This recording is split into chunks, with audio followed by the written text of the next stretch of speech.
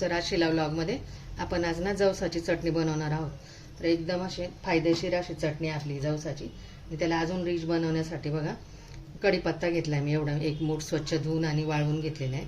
1 चमचा जिरे घेतलेत, लसणाच्या कांड्या घेतल्या ते 30 ते 32 आणि लाल मिरच्या घेतल्यात 25 ते 30, मीठ घेतले चवीनुसार आणि फुटाण्याच्या डाळ्या घेतल्यात बघा 1 मूठभर. तर आता ही चटणी बनवायची आपल्याला. तर आता आपण प्रथम जवस भाजून घ्यायची आपल्याला. तर गॅसवरती बघा कढई ठेवली आहे मी, लोखंडी कढई ठेवली. त्या कढईवरती आपण जवस भाजून घेऊया. पाव किलो जवस घेतलेली. जवसाचे फायदे तर खूप सारे आहेत, नखापासून तर केसांपर्यंत त्याचे फायदे आहेत जवसाचे. आता मंद गॅसवरती करपू न देता जवस छान असे भाजून घ्यायचे. याला अळशी पण म्हणतात. जवसामध्ये vitamin, minerals, omega fatty 3 acid, antioxidant आहे. भरपूर प्रमाणामध्ये फायबर असतं. वजन कमी करण्यासाठी पण हे वापरले जाते. हे जवस अळशी याने नाही का पोट पण साफ होतं नियमितपणे, रक्तदाब आटोक्यात राहतो, कोलेस्ट्रॉल नियंत्रणामध्ये राहते आणि आपलं लिव्हर पण डिटॉक्स होतं याने. हाडे मजबूत होतात, केस गळती थांबते आपली आणि आपल्या चेहऱ्यावरती त्वचेवरती चमक येते. आणि ह्या जवसाचे इतके सारे फायदे आहेत. आणि वजन कमी करण्यासाठी जे लोक डाएट करतात ते लोक आहारामध्ये जवस ठेवतात. आम्ही पण बडीशोप भाजली ना तर त्याच्यामध्ये बडीशोपमध्ये तीळ, जवस, ओवा असं भाजून आम्ही रोज 1 चमचा बडीशोप खातो जेवल्यानंतर. तर हे पचनासाठी पण खूप छान आहे. असं एवढा अशी तडतड वाजेपर्यंत चांगली भाजून घ्यायची, म्हणजे ती भाजली गेली असं समजायचं आपण. तडतड वाजायला लागली तर तेव्हा तडतड वाजते ती छान बघा. फुलायला लागली आता ही जवस.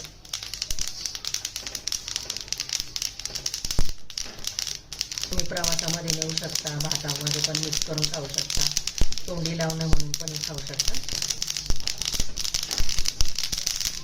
तर काढून घेते आणि थंड करून घेते. आता हे काढून घेतले बघा जवस असे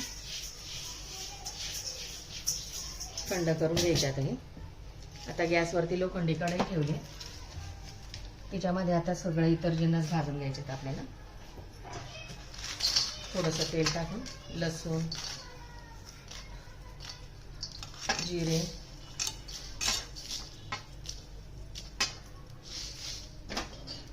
थोडं तेल टाकायचं.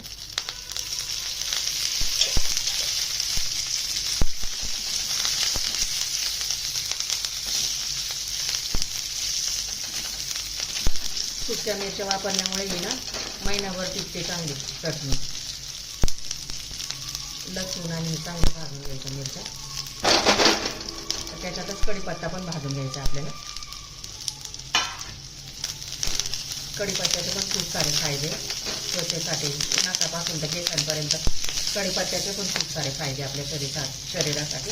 मी कढीपत्त्याची चटणी पण दाखवलेली आहे तुम्हाला, ती पण डिस्क्रिप्शनमध्ये लिंक देते, ती पण बघा.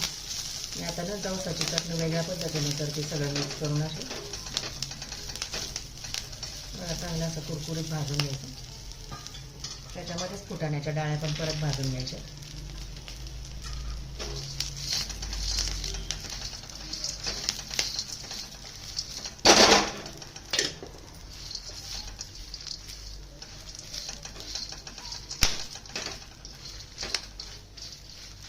भाजले गेले बघा सगळं छान असं.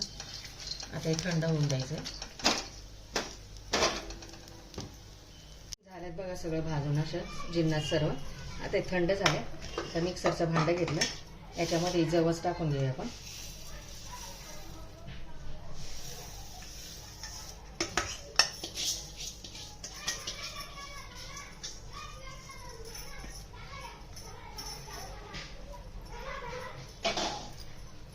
जवस टाकले बघा. आता याच्यामध्ये हे सर्व टाकून घेऊया आणि चालू बंद करत अशी चटणी आपण करून घेऊया. चवीनुसार मीठ,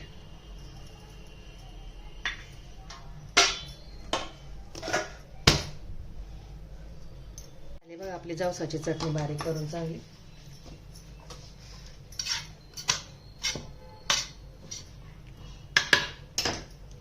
अशा पद्धतीने झाली चटणी छान अशी.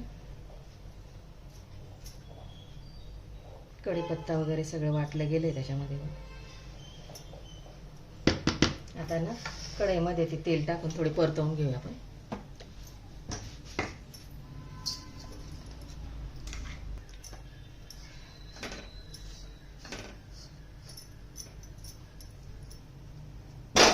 असे पण गरम गरम भाताबरोबर तेल टाकून खाले ना खूप सुरेख लागते. आता याच्यात ना 2 चमचे तेल टाकून घेऊया आपण. गरम करून घेऊया जेणेकरून ही 1 ते 1.5 महिना टिकेल अशी. पण ही 15 दिवसातच संपून जाईल आमच्या घरात.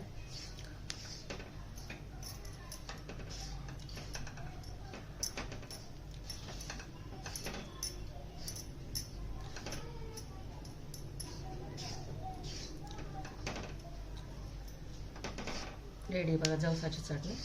मस्त खमंग सुगंध सुटले असं गरबा चटणीचा. त्याच्यामध्ये कढीपत्ता टाकलाय, लसूण टाकलाय, त्यामुळे अजूनच जास्त छान झाले. गॅस बंद करते आता, काढून घेते.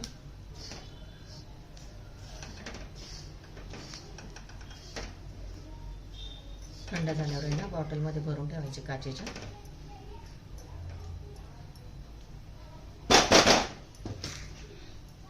रेडी बघा जवसाची चटणी आपली. खूप सुरेख झाली खमंग अशी.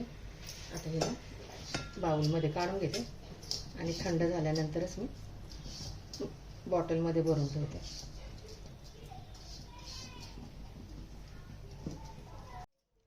रेडी बघा जवसाची चटणी. इतकी सुरेख आणि छान झाली. व्हिडिओ आवडल्यास लाईक करा, शेअर करा, सबस्क्राईब करा. भेटू पुढच्या व्हिडिओमध्ये. बाय. थँक्यू. तुम्ही पण अशी चटणी बनवून बघा.